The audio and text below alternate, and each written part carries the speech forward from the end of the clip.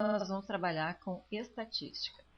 Conceito geral da estatística é um conjunto de métodos e processos quantitativos que serve para estudar e medir fenômenos coletivos. A ênfase que é dada é para fenômenos coletivos, quer dizer, eu só uso ferramentas estatísticas quando eu quero estudar um conjunto de elementos, sejam pessoas ou objetos. Exemplos: como está a satisfação dos clientes do restaurante no primeiro trimestre deste ano?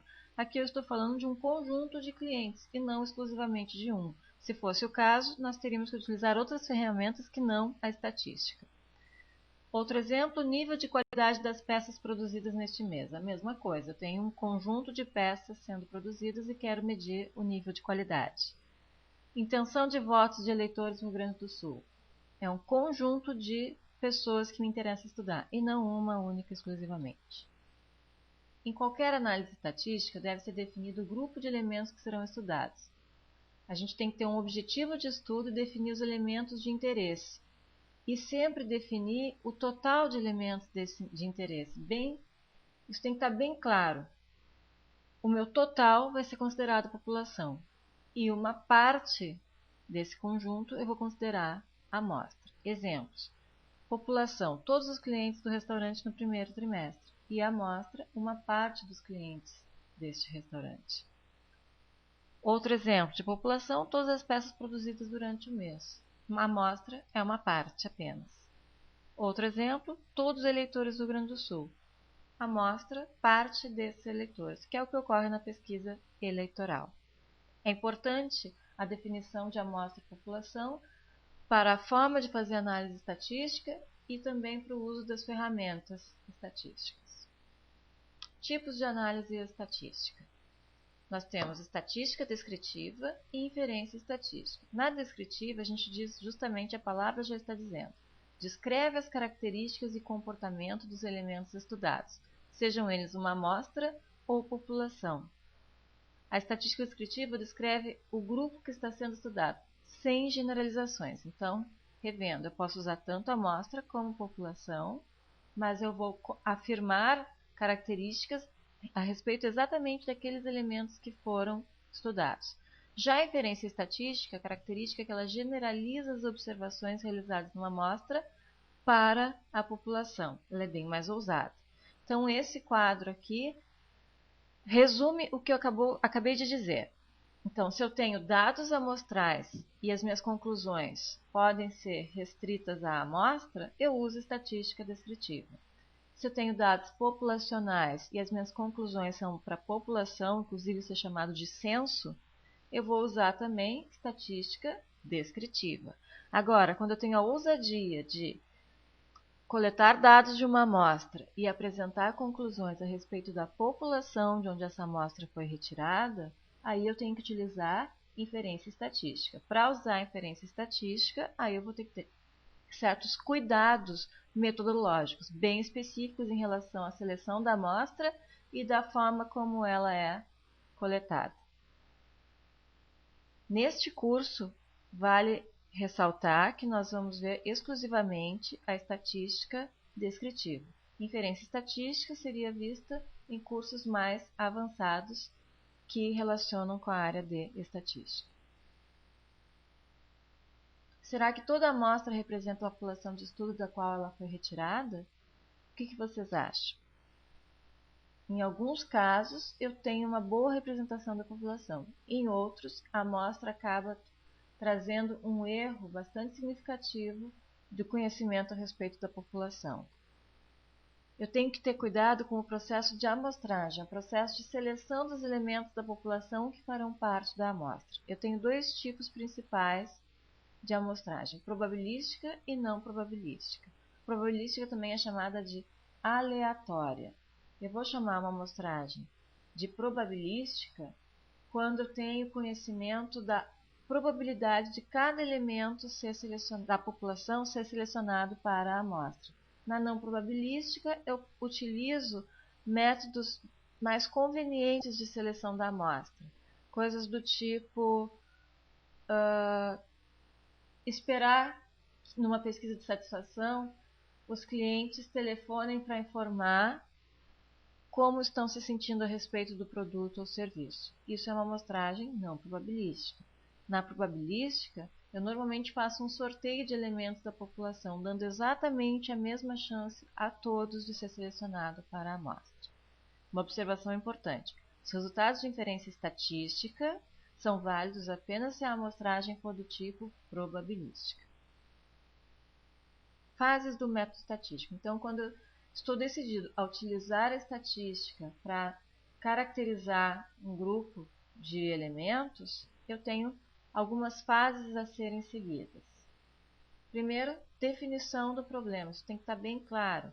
Saber exatamente aquilo que se quer pesquisar, estudar ou conhecer. Por exemplo, eu quero fazer uma pesquisa com os clientes de um restaurante no primeiro trimestre do ano. Está definido. Em segundo, nessa definição do problema, é interessante procurar estudos similares. Será que existem pesquisas, estudos já realizados para verificar a satisfação de clientes, especialmente de restaurantes? Se sim, vale a pena dar uma olhada, porque eu vou ter uma ideia, uma orientação sobre como prosseguir com a minha pesquisa. Planejamento.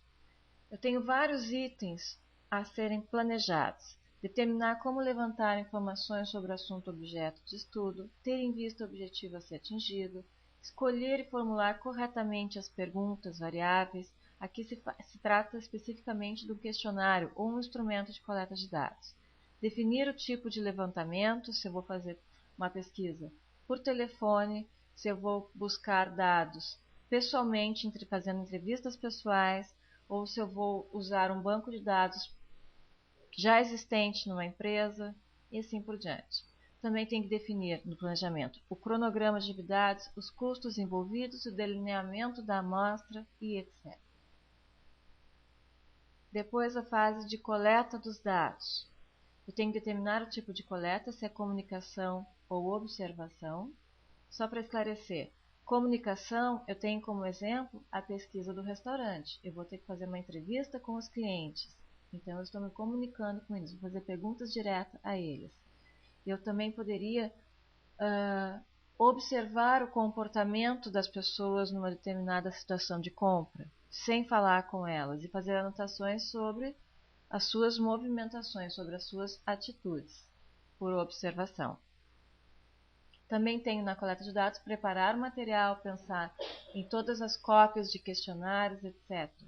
Também tenho que organizar a equipe de coleta, tem que ser feito um treinamento. Às vezes, se a pesquisa é por telefone, existe já ferramentas que permitem que a própria telefonista já vá digitando num sistema informatizado os dados da pesquisa. Então, facilita.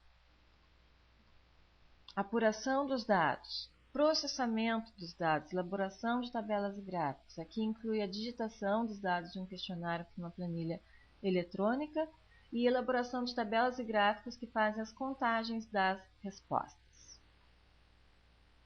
Análise dos resultados. Então, aqui entra a execução de medidas apropriadas que ajudam a entender os objetivos do estudo, aplicação de ferramentas estatísticas e suas respectivas interpretações. Então, além das tabelas de contagem, eu começo a fazer cruzamentos de dados para tentar explicar os fenômenos observados. Ao realizar um estudo, é muito importante a classificação das variáveis envolvidas. Isso vai ser útil no sentido de eu poder verificar quais as ferramentas são adequadas em quais casos, pois existem restrições quanto a isso. Dependendo do tipo da variável, eu posso ou não utilizar uma determinada ferramenta estatística. As variáveis são divididas primeiramente em quantitativas ou qualitativas. Eu vou chamar de quantitativa aquela variável em que a resposta é uma quantidade, um número com o qual eu posso fazer contas. E qualitativa, aquela variável onde a resposta é uma categoria, uma qualidade, uma característica do elemento que está sendo estudado. Exemplo de variável quantitativa: idade, número de filhos, número de pessoas numa fila, tempo para execução de uma tarefa, todos exemplos em que a resposta é um número. Variável qualitativa: Aqui posso ter como exemplo cor preferida para um determinado objeto, porte de uma empresa, ramo de atividade de uma empresa, são exemplos de variáveis qualitativas. Entre as quantitativas, elas podem ser contínuas ou discretas. Variáveis contínuas são aquelas provenientes de medições. Então, comprimentos, pesos, volumes, tempo de um modo geral, são todos exemplos de variáveis contínuas. Se eu verifico o tempo de execução de uma tarefa, a variável é contínua.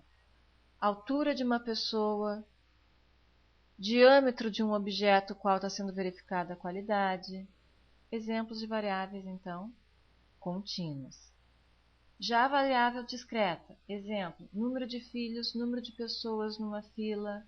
A variável discreta, quantitativa discreta, ela é proveniente de uma contagem. Detalhe, toda variável contínua pode ser transformada, caso haja interesse, em quantitativa discreta. Uma maneira de verificar se uma variável é contínua discreta, vocês podem fazer o seguinte teste. Ao questionar uma variável, eu considero duas respostas possíveis para essa variável, que sejam números inteiros e consecutivos. E avalio em seguida quantos valores intermediários são possíveis de serem observados para aquela variável. Se a resposta for infinitos, a variável é contínua. Se for um número finito, a variável é discreta. Por exemplo, a altura de uma mesa. Uma mesa pode ter ou 79 ou 80 centímetros. E eu pergunto, quantos resultados possíveis podem ser observados para essa variável entre 79 e 80? A resposta é infinitas possibilidades. Então, essa variável é contínua. Agora, número de pessoas numa fila. Ou eu tenho 10 ou eu tenho 11, considerando dois números inteiros consecutivos. E quantos casos ou respostas eu tenho entre esses dois valores? A resposta correta é nenhum. Então, essa variável é quantitativa discreta. Bom, agora as variáveis qualitativas. Elas podem ser ordinais ou nominais. Uma variável qualitativa ordinal quando eu posso ter um critério de ordenação natural entre as respostas dessa variável. Por exemplo, porte de uma empresa. Ela pode, simplificando aqui, eu posso considerar como respostas possíveis pequeno, médio ou grande. Até na forma de falar essas respostas, eu já estou ordenando por tamanho, por porte da empresa. Então, esse é um exemplo de variável qualitativa ordinal. Grau de instrução, onde eu considero analfabeto até quarta série primária, até primeiro grau completo, até segundo grau completo, assim por diante. Cada uma dessas categorias de resposta que eu acabei de citar seguem uma ordenação natural, por isso qualitativa ordinal. Agora, variável qualitativa nominal. Na forma de brincadeira, eu posso dizer que é o que resta. Se uma variável não se encaixa em nenhum dos critérios anteriores, ela acaba sendo qualitativa nominal. Na verdade, eu observo se a variável é qualitativa e se tem ou não um critério de ordenação. Quando não tem esse critério de ordenação, ela fica sendo qualitativa nominal. Por exemplo, ramo de atividade de um conjunto de empresas. Cada empresa vai responder seu ramo de atividade, sendo que eu não tenho um critério de ordenação natural antecipado à coleta dos dados. Toda vez que for feita uma classificação de variáveis, é importante que eu leve em consideração que a pesquisa não tenha sido realizada ainda, senão isso pode causar uma confusão. Por exemplo, ramo de atividade. Se eu olhar já a pesquisa realizada, eu até posso classificar as respostas de acordo com o número de respostas obtidas para cada ramo de atividade e fazer uma ordenação. Só que essa ordenação não foi natural da variável, e sim um resultado da pesquisa. Se eu tivesse uma outra pesquisa sendo realizada, eu poderia ter uma ordenação completamente diferente. Então, isso não caracteriza a variável. Então, a sugestão, a dica é classificação de variáveis, eu não olho para o resultado da pesquisa. É como se a pesquisa não tivesse sido realizada ainda. Uma outra observação. Considere a variável idade como exemplo. Por natureza, idade é medida de tempo, portanto, é uma variável quantitativa contínua. Se num exercício de aula foi perguntado para vocês qual a classificação da variável idade, a resposta correta é quantitativa contínua, porque é uma variável que é uma medida de tempo. No entanto, eu posso, se houver interesse num estudo, considerar a idade apenas em anos completos, em números inteiros. Neste caso, a idade está sendo considerada como uma variável quantitativa discreta. Ao anotar as idades das pessoas que fazem parte de um estudo, eu posso anotar só o valor inteiro. Então, nesse caso, a variável quantitativa, idade é variável quantitativa discreta. E ainda posso também criar faixas de idade. Então, eu não tenho informação da idade exata, e sim a faixa a qual cada elemento da amostra ou população pertence. Nesse caso, a variável idade fica qualitativa ordinal. Ela deixou de ser quantitativa. Então, eu vou ter faixas até 20 anos, de 21 até 40 e acima de 40. Quer dizer que se eu tenho essas respostas numa base de dados de uma pesquisa, eu não sei mais a idade exata dos elementos que foram pesquisados.